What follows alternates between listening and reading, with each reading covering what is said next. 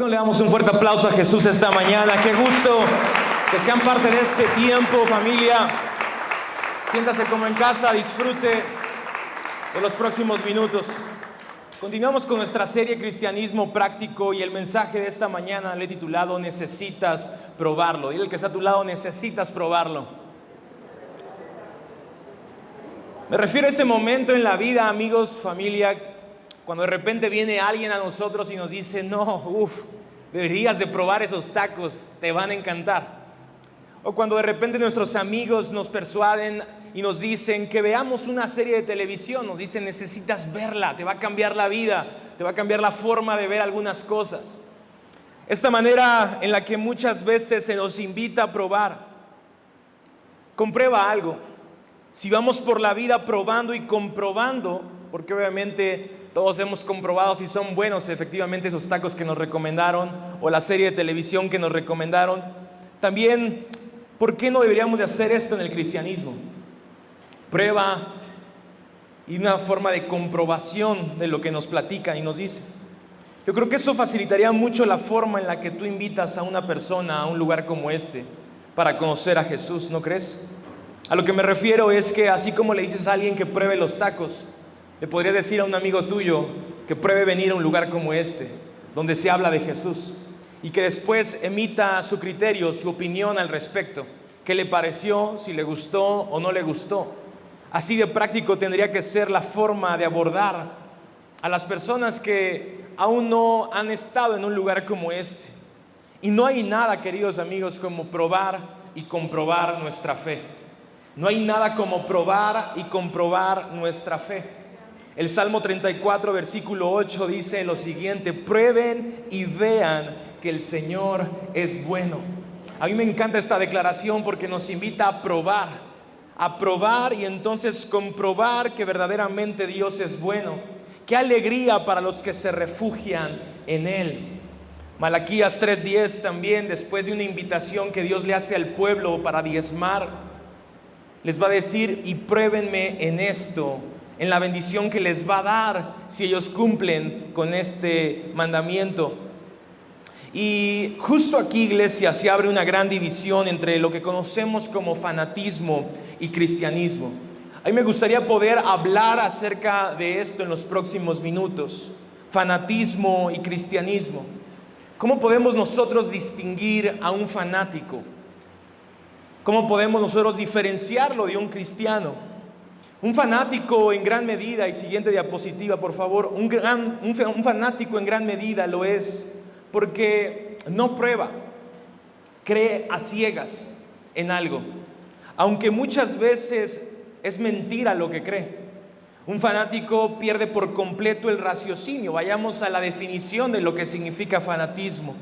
Fanatismo es actividad que se manifiesta con pasión exagerada, desmedida y sobre todo irracional de una religión, de un sistema, de una cultura, de un estilo de vida o hasta de un deporte, de un simple deporte. Hay fanáticos en los deportes.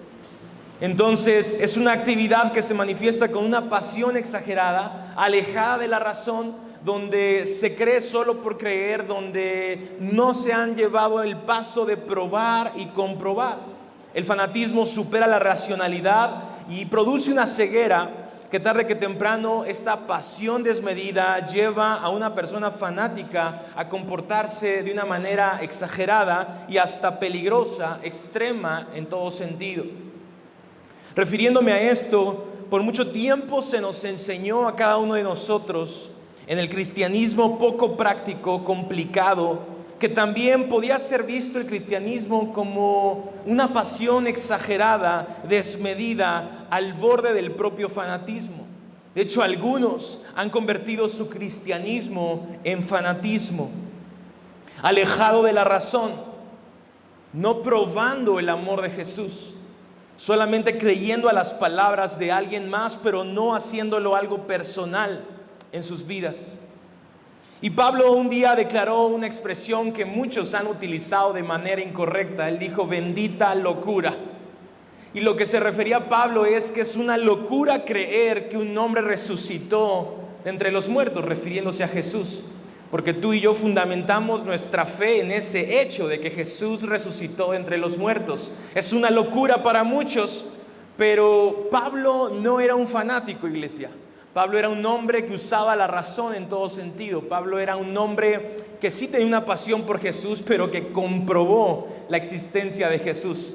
Probó y comprobó la existencia de Jesús. Es más, antes de conocer a Jesús era un fanático.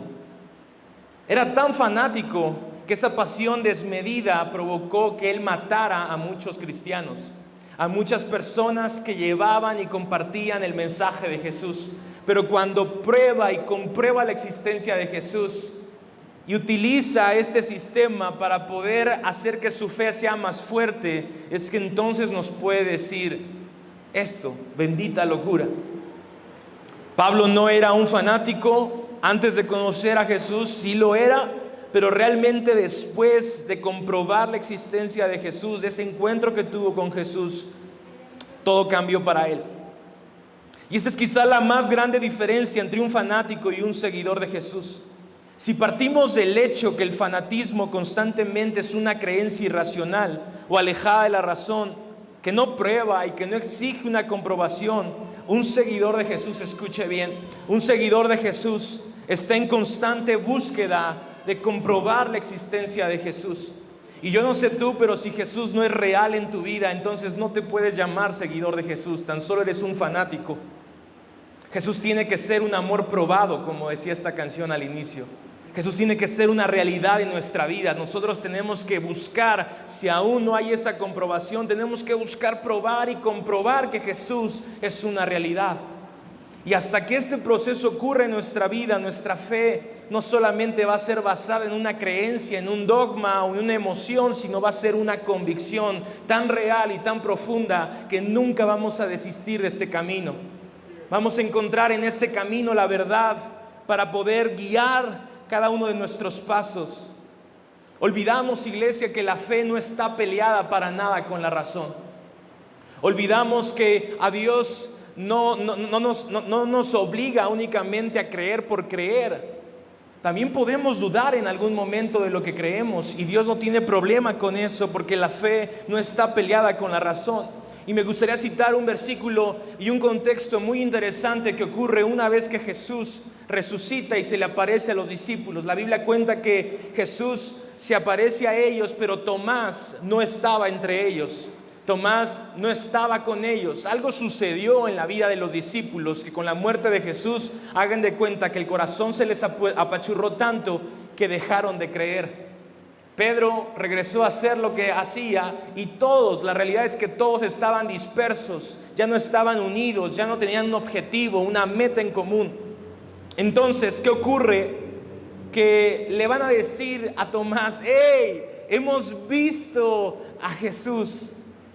Pero él respondió: no lo creeré a menos que vea las heridas de los clavos en sus manos, meta mis dedos en ellas y ponga mi mano dentro de la herida de su costado. ¡Wow! Esta es la declaración de Tomás. Es la declaración que exigía una comprobación de que verdaderamente ellos vieron a Jesús. 8 días después, los discípulos estaban juntos de nuevo y esta vez Tomás se encontraba entre ellos. Las puertas estaban bien cerradas, pero de pronto, al igual que antes, Jesús estaba de pie en medio de ellos y dijo: la paz sea con ustedes. Entonces le dijo a Tomás: pon tu dedo aquí y mira mis manos. Mete tu mano en la herida de mi costado. Ya no seas incrédulo, cree. Mi Señor y mi Dios. Es la contestación de Tomás una vez que toca a Jesús. Y es increíble este relato por muchos lados. Vemos a un hombre carente, pues de esta facilidad que muchos tienen de creer y solo creer. Vemos a un hombre que necesitó pruebas para poder creer. Vemos a un hombre que necesitó probar y comprobar que Jesús verdaderamente había resucitado.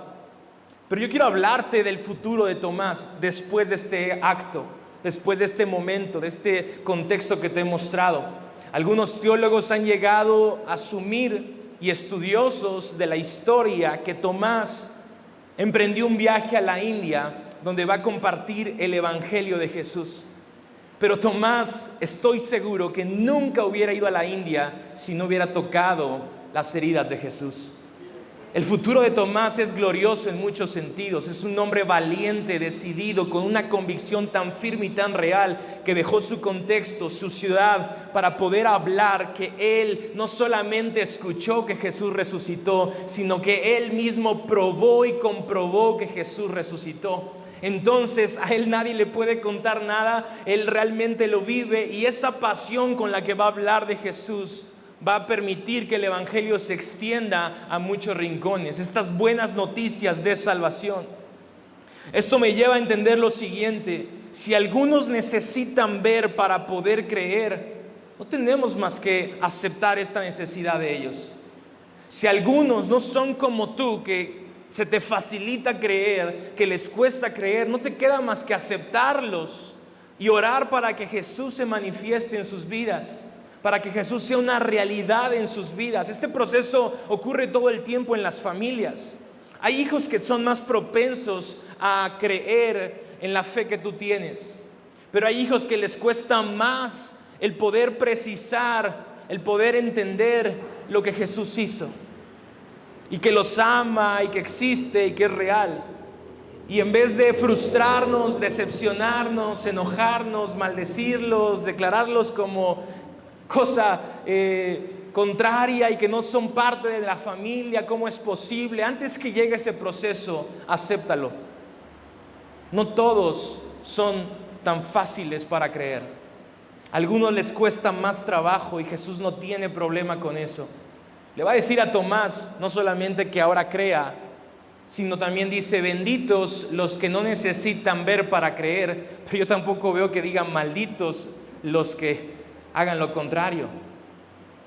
Jesús entiende las necesidades de cada individuo y sabe que a algunos les cuesta más trabajo creer que a otros. El cristianismo práctico entonces se fundamenta en la comprobación, mientras que el cristianismo complicado te condena si dudas. El cristianismo práctico acepta la necesidad que unos tienen de comprobar, mientras que el cristianismo complicado y antiguo, por así llamarlo, te condena si dudas.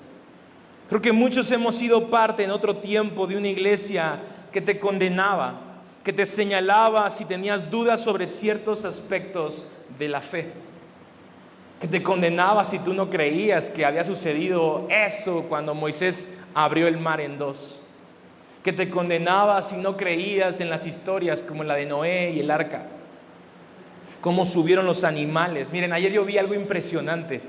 Trabajé en un lugar que se llama Soquiapan y es un bosque muy grande y habían vacas. Me pareció muy raro, y es que los que viven por ahí llevan a sus vacas a pastar al bosque, y solamente apareció un jinete con un caballo a lo lejos cuando las vacas comenzaron a caminar hacia la dirección donde él estaba. Él no tuvo que acercarse, tan solo al ver al caballo o al jinete, ellas iban avanzando. Y sabes, a veces nos cuesta trabajo creer la naturaleza y lo que ocurre, los fenómenos y todo. Y de repente hay algunos que batallan en esto y les daba vergüenza, nos sentíamos vergüenza y miedo confesar que necesitábamos más evidencias para poder creer ciertas cosas de acuerdo a nuestra fe, como la existencia de Dios mismo o conocer algún rasgo de Él. Pero yo quiero hablarte esta mañana, si tú eres uno de esos, si tu corazón por algún momento se dañó y se lastimó porque algunos te condenaron, te señalaron por en algún momento dudar de algunas cosas. Si tú tienes dudas, no te sientas mal por eso. Quizá el día de mañana tú seas Tomás hablando de Jesús como nunca antes, después de haber comprobado la existencia de Jesús en tu vida. Si tú tienes dudas, preséntalas delante de Dios. Deja que Él aclare esas dudas. No hay nada como permitir que esas dudas salgan, porque eso va a producir un mayor grado de intimidad entre Dios y tú. Dios no tiene problema en que tengas dudas.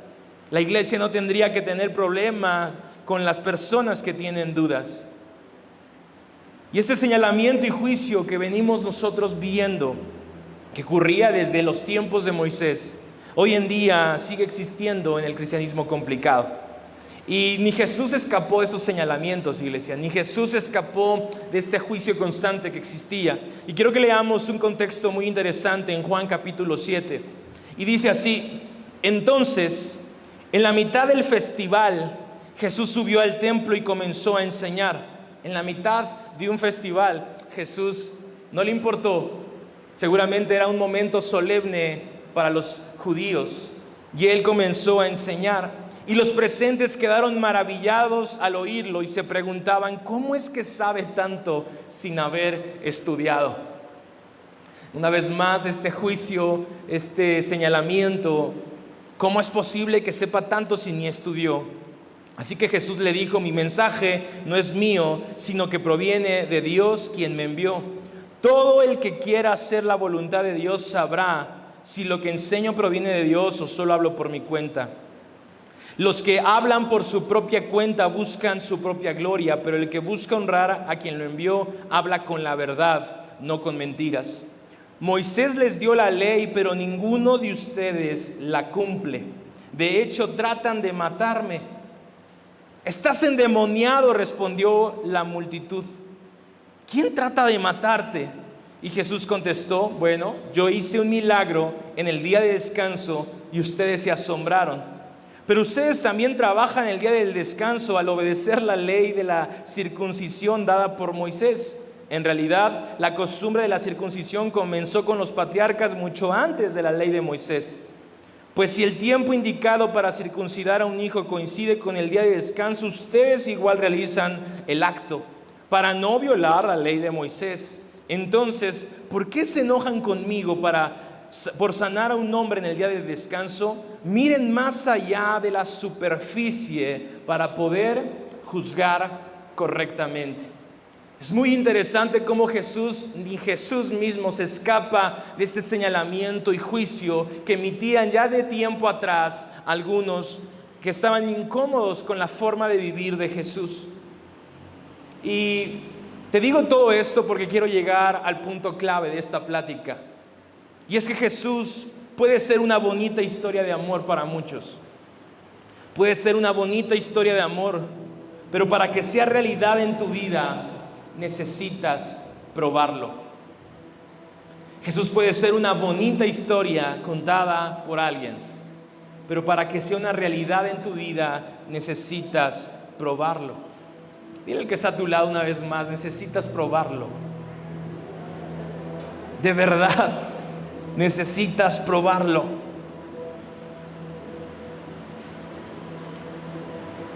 En los últimos minutos de esta plática, quiero hablar de una historia que siempre me ha cautivado. Es una historia real que nos permite conocer a Jesús de una forma diferente. Quizá es la forma más complicada de poder entender a Jesús. No es fácil entender por qué hizo lo que hizo, por qué actuó de esa manera. Pero una vez más, iglesia, Jesús puede ser una bonita historia de amor, pero para que sea real en tu vida necesitas probarlo y comprobar no solo que Jesús es real, sino que te ama. Dice la Escritura que Jesús regresó al monte de los olivos, pero cuando ya estaba de vuelta en el templo, se juntó una multitud y él se sentó a enseñarles. Y mientras hablaba, los maestros de la ley religiosa, los fariseos, llevaron a una mujer que había sido sorprendida en el acto de adulterio y la pusieron en medio de Jesús. Esta pregunta va a ser, como decimos, con jiribilla. Va a ser una trampa. Y le dijeron: maestro, esta mujer fue sorprendida en el acto de adulterio y la ley de Moisés manda apedrearla. ¿Tú qué dices al respecto? ¿Cuál es tu opinión acerca de esto? ¿Qué tienes tú para decirnos? Quiero precisar en estos momentos, antes de continuar, que justo la ley de Moisés dictaba que toda persona que fuera encontrada en el acto de adulterio tenía que ser apedreado. Pero es muy interesante hacernos esta pregunta: ¿realmente morían por este acto? ¿Realmente la gente moría por cometer adulterio? ¿Y por qué pregunto esto? Lo pregunto porque en teoría este acto es un acto íntimo. No tendría que haber testigos oculares más que las personas que están cometiendo esta transgresión a la ley. Por lo que es poco común que esto ocurriera. Realmente no era que morían todo el tiempo por este acto. Haciendo un paréntesis también, lo curioso es que aquí únicamente la mujer fue llevada ante Jesús. Yo siempre me he preguntado, ¿y dónde está la otra persona? ¿Dónde está el hombre de este acto que también tuvo que estar alguien? Es posible que el hombre haya sido uno de ellos mismos, uno de los mismos maestros de la ley, quien cometió esto simplemente para engañar a la mujer y usarla como un peón para tener un conflicto con Jesús. Tan fanáticos creo algunos de estos maestros de la ley, que puedo a lo mejor imaginar que alguno de ellos lo provocó para tener algo con que desarticular el mensaje de gracia de Jesús. Los creo tan fanáticos a muchos de estos religiosos que realmente me atrevo a creer que pudo haber sido esto. Pero lo cierto es que no había un hombre, solo había una mujer. Esto también es una muestra de la conducta de aquellos tiempos, de cómo era la sociedad, y muy parecida a la de hoy, machista, donde la mujer asumía todos los fracasos del hombre. Si el hombre fallaba, nadie lo acusaba. Nuestra sociedad hasta se premia a quien comete adulterio. Se le aplaude al que tiene muchas mujeres. Y en los tiempos de Jesús vemos que solamente la mujer es traída cuando este acto es de dos. Estos hombres malvados, lo cierto es que utilizaron a esta mujer como un arma en contra de Jesús. Y Jesús lo sabe bien. Sabe lo que están queriendo lograr estas personas. Intentaban tenderle una trampa para que dijera algo que pudiera usar en su contra. Pero ¿qué hace Jesús? Jesús se inclinó y escribió con el dedo en el polvo. No nos muestra qué escribe Jesús, pero vemos a Jesús escribiendo durante un tiempo prolongado. Algunos teólogos dicen que Jesús estaba escribiendo los pecados de cada uno de los presentes. De aquellos que llevaron a Jesús como palomitas blancas diciéndole: mira la pecadora, aquí los santos la estamos poniendo frente a ti.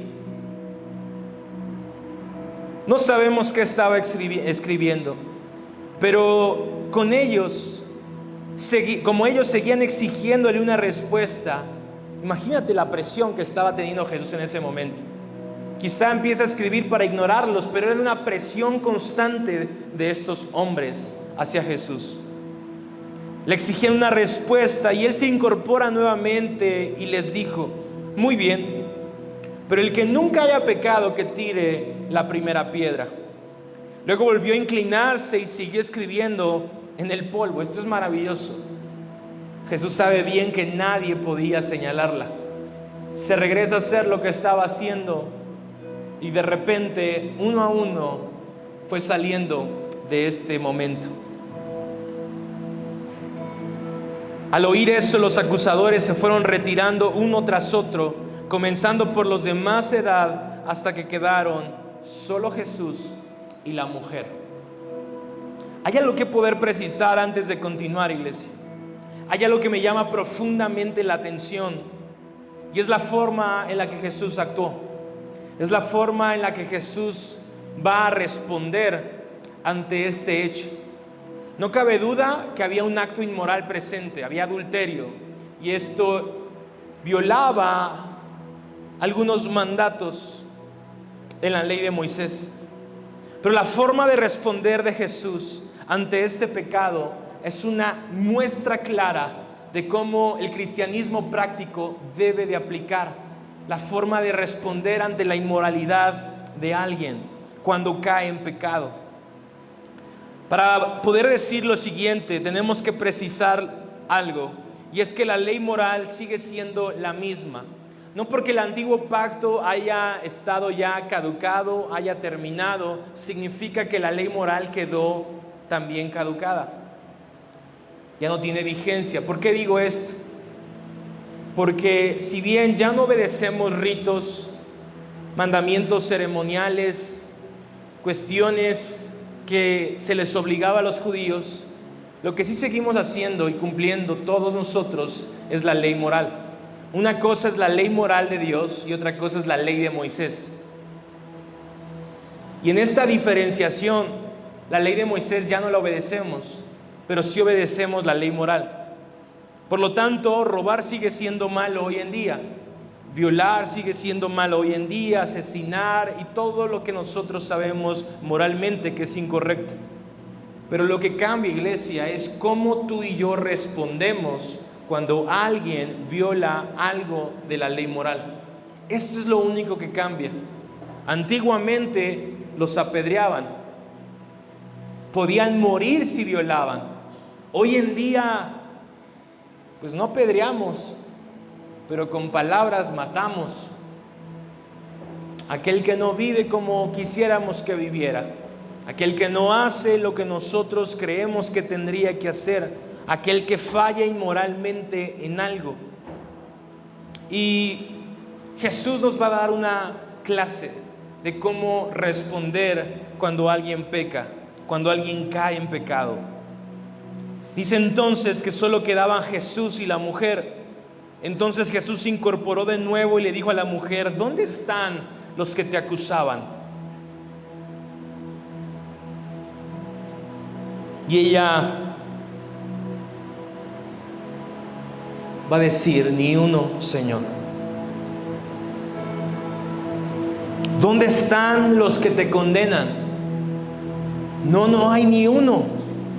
Entonces Jesús le va a decir algo increíble. Le dice: vete y no peques más. Pero la forma de poder aplicar esta tarde o esta mañana, de acuerdo a lo que hemos estado hablando en los minutos pasados, aquí es donde o nos comportamos como el cristianismo complicado, con condenación, con juicio, con señalamientos, o como el cristianismo práctico, y es en gracia y en verdad. Es interesante porque Jesús va a mostrar gracia a esta mujer, pero la verdad no va a faltar. No es el hecho de solamente decir: pues ni yo te condeno, tan solo vete. Él le muestra a la mujer que falló, que pecó, pero la diferencia radica en que esta declaración no llevaba condenación, sino llevaba una invitación para tener una vida mejor. Y esta invitación es la que tendríamos que hacer nosotros en muchos sentidos, para con nosotros mismos. Vivimos la gracia, pero no descuidamos la verdad. Cada momento en el que te sientas confundido en tu andar, debes de entender que así como existe la gracia, existe la verdad, y nunca ha cambiado lo moral. Solo cambia la forma en la que respondemos cuando caemos de manera moral. Y tan solo quiero terminar este mensaje diciendo esto. La mujer pudo haber escuchado de Jesús. La mujer pudo haber escuchado una vez más que Jesús es bueno, que Jesús nos ama, que es un increíble predicador, que sanó a enfermos. La mujer pudo haber escuchado muchísimas cosas de Jesús, pero algo me queda claro, y es que esta mujer, después de este momento, probó y comprobó que el amor de Jesús es real, que la gracia de Jesús es efectiva y que hay un mejor mañana para su vida. Estoy seguro que esta mujer después de este encuentro quedó marcada en su corazón. porque fue perdonada, porque fue limpiada, porque no fue señalada, porque fue defendida, porque fue protegida para tener una mejor vida.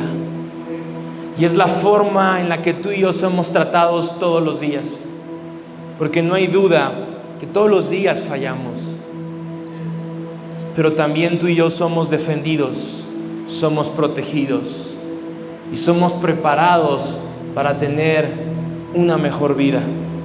Lo que quiero que entiendas esta mañana es que si aún no has podido probar y comprobar el amor de Dios en tu vida, va a ser muy difícil que tu cristianismo se mantenga vivo. Va a ser muy difícil que puedas permanecer en el camino. Y a veces Dios utiliza esos momentos de vergüenza y de debilidad en nuestra vida para podernos mostrar que nunca estamos solos,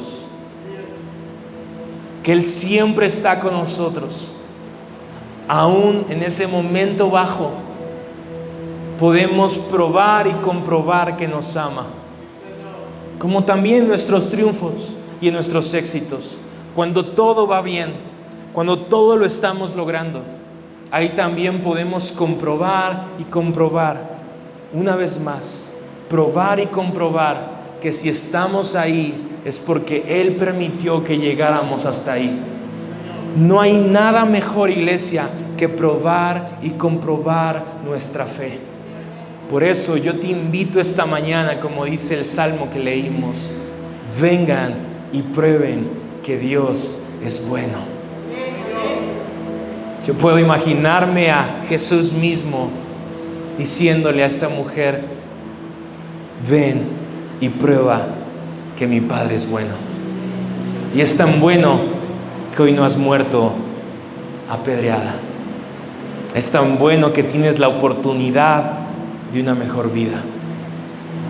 Así que, iglesia, tenemos una misión, los que ya comprobamos que Dios nos ama, y es decirle a alguien a nuestro alrededor, necesitas probarlo. Tan solo pruébalo y después me dices qué te pareció, pero pruébalo. Yo sé que te va a cambiar la vida. Yo sé que va a ser lo mejor que te puede suceder en esta vida. Porque Jesús, iglesia, para mí es lo mejor que me pudo pasar en la vida. Muchas veces somos esta mujer que nos tenemos que confrontar ante la realidad de nuestro error. Pero así como fallamos, podemos encontrar gracia, verdad y salvación. Así que aléjate un poco del cristianismo complicado, ese cristianismo que no te permitió regresar tan rápido cuando fallaste, ese cristianismo tan complicado que te hizo sentir vergüenza el día en que fallaste, tanta vergüenza que no podías regresar aunque querías regresar. Si tú me escuchas esta mañana y tienes mucho tiempo de estar desconectado, yo quiero invitarte a que quites el cristianismo complicado, a que te deshagas de él, porque no te va a llevar hacia ningún lugar más que a la condenación, a la culpabilidad y a estar lejos de Jesús. Si estás lejos, solo basta mirar al cielo y comprobar que Él te sigue amando, que Él no se olvidó de ti, ni nada de lo que ha dicho de ti, que Él te quiere ver bien, que Él te quiere ver pleno, que Él quiere que salgas adelante, que no hay ningún error que pueda hacer que Él deje de amarte. Este mensaje también es para ti, que te has alejado, y si lo estás viendo por internet, si lo estás escuchando en un canal, en nuestro canal de YouTube, esta invitación es para ti, ya sea en una iglesia física como esta o de manera virtual, pero tú puedes ser parte de esta familia. Por muchos años vivimos un cristianismo complicado. Y fue tan complicado, iglesia, que hasta para nosotros nos cansaba vivirlo. Mi esposa y yo estuvimos al frente de jóvenes durante 8 o 9 años. Y hoy analizamos la forma en la que abordamos a muchos jóvenes y nos percatamos que fue la forma incorrecta de hacerlo. Nuestro enfoque era completamente diferente y era tan diferente que lo hacíamos sumamente complicado. Hoy me duele ver que les complicamos la vida tanto a muchos mientras que Jesús se las quería facilitar. Yo ya no quiero ser alguien tan complicado, porque mientras exista la oportunidad, iglesia, escucha bien esto, mientras exista la oportunidad, como dice la Escritura, busquemos a Dios mientras pueda ser hallado. Mientras exista la oportunidad, iglesia, escucha bien esto, el camino al cielo debe de ser fácil.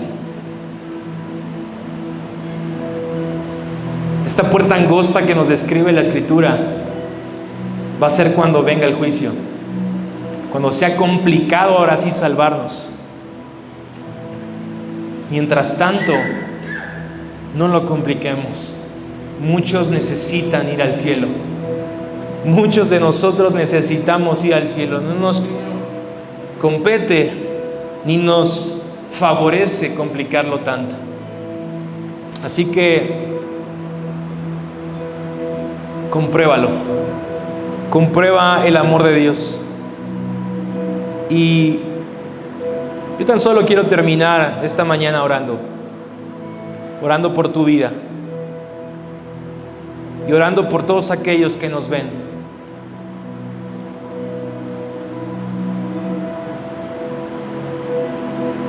Hoy venimos delante de ti, Dios, personas con carencias, con defectos, personas que nos hemos equivocado en muchas cosas, que nos ha dolido fallar, caer, fracasar. Quizá muchos de los que estamos aquí ya probamos y comprobamos que tú nos amas tanto que quieres darnos una nueva oportunidad. Muchos ya vivimos esa oportunidad. Muchos ya podemos testificar de que verdaderamente tú nos das nuevas oportunidades. Pero yo también te pido por aquellos que han estado divagando a raíz de su caída, que han perdido el rumbo y que es tanta la culpa que cargan que han olvidado que existe un Dios bueno. Yo te pido, Señor, que seas tú mostrándote a sus vidas, inclusive para aquellos que les cuesta trabajo creer, para aquellos que batallan con creer. Muéstrate a sus vidas y permite que nuestra iglesia sea facilitadora para que esas personas puedan ser parte de un lugar como este y fin tras fin de semana ser movidos por ti, que puedan conocer a Jesús de una forma práctica, real y por qué no diferente. Usa nuestra vida, Señor, desde el lugar en el que estemos, porque si ya probamos y comprobamos tu existencia y tu amor hacia nuestras vidas, permítenos ser facilitadores desde el lugar en el que estemos, desde el rincón en el que nos toque vivir. Ahí permítenos ser luz. Luz no para acusar y condenar y señalar a quien no vive de forma correcta. Luz para poderle decir a alguien: si Jesús me amó y lo hizo así conmigo, también lo puede hacer contigo. Necesitas probar el amor de Jesús y te va a cambiar la vida.